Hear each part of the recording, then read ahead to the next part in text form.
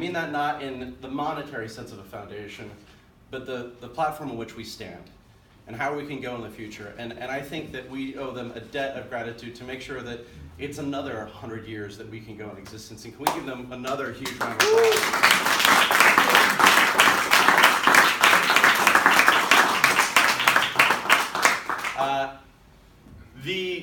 The past few months have been interesting for me, and it's not just because time is sort of relative. I got here late today because we were all set to go and Sydney had a dirty diaper. And I'm getting ready to present, and right before that, Sydney steps out and we've got to go and change her diaper.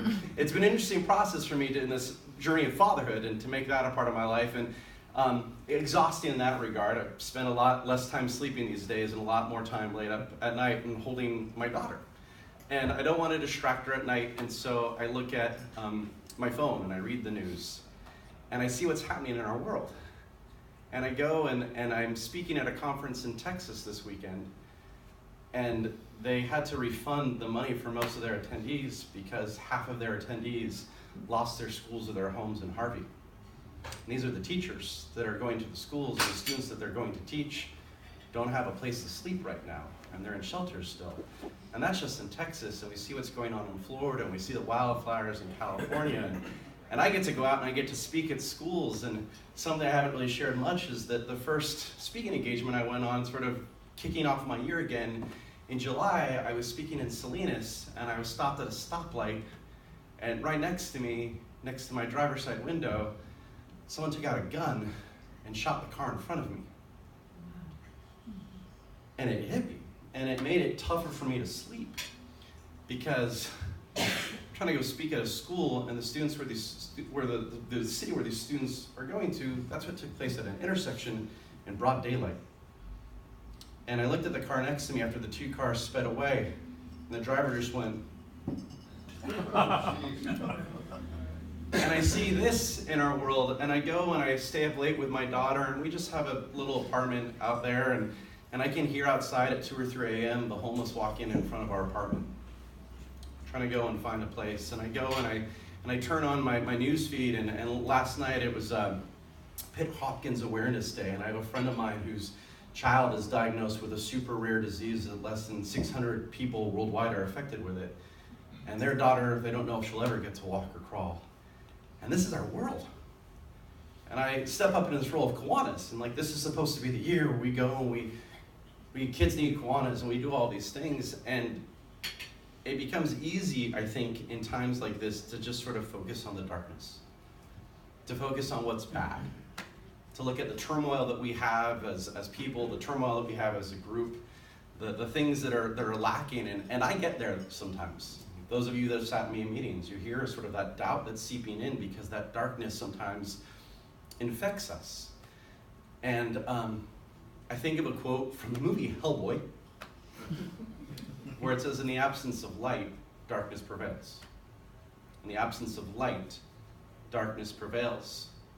And so I'm scrolling through the news feed, and I go and I see that my friend in Texas says the water's coming in. So we're grabbing candles. And when the storm comes and the winds come, we go not to fancy technology, we go back to that base level of just getting some light in the room. And I try to think of the light that we can have to push back against the darkness. I look at my news feed, and I can't help right now but see what Joe has been doing with his 100-wave challenge, what Boys to Men is doing to change it so that we don't have people that feel that they have to go and point a gun at an intersection, but they can go and turn to someone. And I see what Ricardo does with the Boys and Girls Club, and I see what we have with Project Uplift, and I see these things that we help as a club, that we help make a part of our world to make our world just a little better. And I see this brightness, this light that we have, and I'm wondering if we can kind of go and we can make this year brighter, that if we can go and make this year a candle year, that we can go and we can say, hey, there's darkness in our world, but we can do something bigger, we can do something better. We can be the people that don't let that darkness stop us. That we can go and say, hey, I've got friends who are suffering, and there's a place like the Ronald McDonald's House where other families that are suffering can go and stay. That there are places like Rady's that are fighting each and every single day to make life better for infants. There are people in all of our different organizations. Monica's fighting daily for the homeless. And this is our club. This is the collection of the candles, the people that sit in this room. And I'm wondering this year if we can make this year the candle. Where we go and we are that candle in the window that allows people to be welcomed in. To tell a weary traveler that there's warm food here. There's community here. That I can come and walk into a meeting a few years ago, halfway through the program, and June say, hey, go take a seat, and Tom Maurer sits with me for 15 minutes after a meeting and says, I'm glad you're here, and I get a phone call from Mark McDonald, and I get a phone call from Brian and Ryan, and people saying, please be a part of this, we welcome you. That we gather. We gather together in the craziness of our daily lives, that we carve time in our workday to pause and reflect of the community of people, that we are in this city together, that we are here together, that our single light can be made just a little bit brighter by the people who sit next to us. That we can have fun and be with Sean, the happy hour, and laugh. That we can honor those.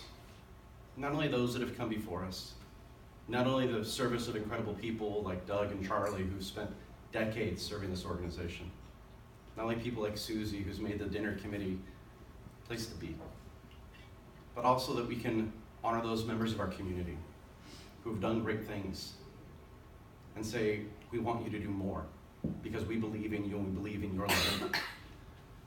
That we can celebrate. That we can turn to one another and say, happy birthday, give us your money. That we can look at an anniversary and make that wedding day come to life just one more time with a community of people that love that relationship. That we can celebrate new beginnings and engagements and boyfriends and girlfriends. That we can see my little daughter who's out getting her diaper changed and say, we're glad that you're here too. We can celebrate the accomplishments of people around us that have done great things. We can empower the people around us. We empower new members that come in and give them an opportunity to serve and just sort of watch them go. It's been amazing to see what Rick has done here because Joe welcomed him in, and now we're just like, we're just benefiting from the service that you give, that we can go and look at something like Eco-Life and just be one small piece of this, and all of our different committees, that we can go and celebrate our counseling group and say, we love what you do, that we can look at our key clubbers that stand up here each week and say, I'm going to college now because of the scholarship that you've given me. This is my next opportunity. I think it's an incredible privilege that we have, and yet I know that I'm not the only one that feels darkness in the world. I'm not the only one that goes and wonders if this prayer or this hope will ever be heard. And there's people calling out for more. There's people who are not eating lunch today, and they need the food bank. There are people right now who don't have a community, who sit in isolation and loneliness. There's students right now who really need Kiwanis to help them through the difficult times. And I wonder if we can go and be stronger than I was this summer. And instead we go and we say, we've been through tough times before, and we'll be through tough times again. And yet we can go and say, I am that light, and I can be part of that light, and sort of say, almost defiantly to those people that say things can't be better, to be like Bill and say, I'm still here. And I have the chance to serve.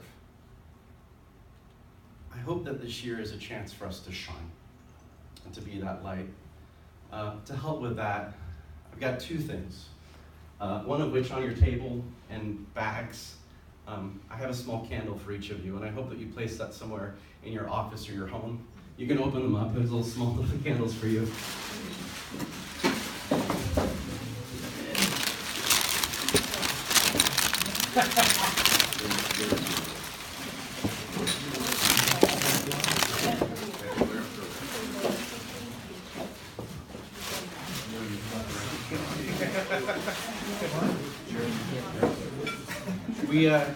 Don't light them in here, though. Yeah.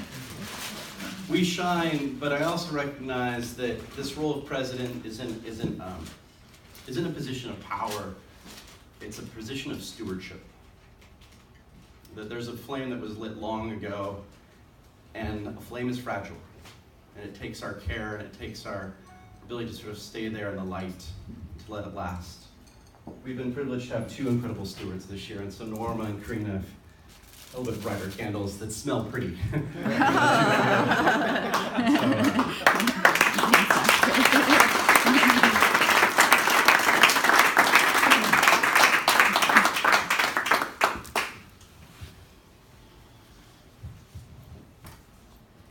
I'm excited about what we can do now. I began my term 20 years ago as Key Club governor, and it seems like yesterday.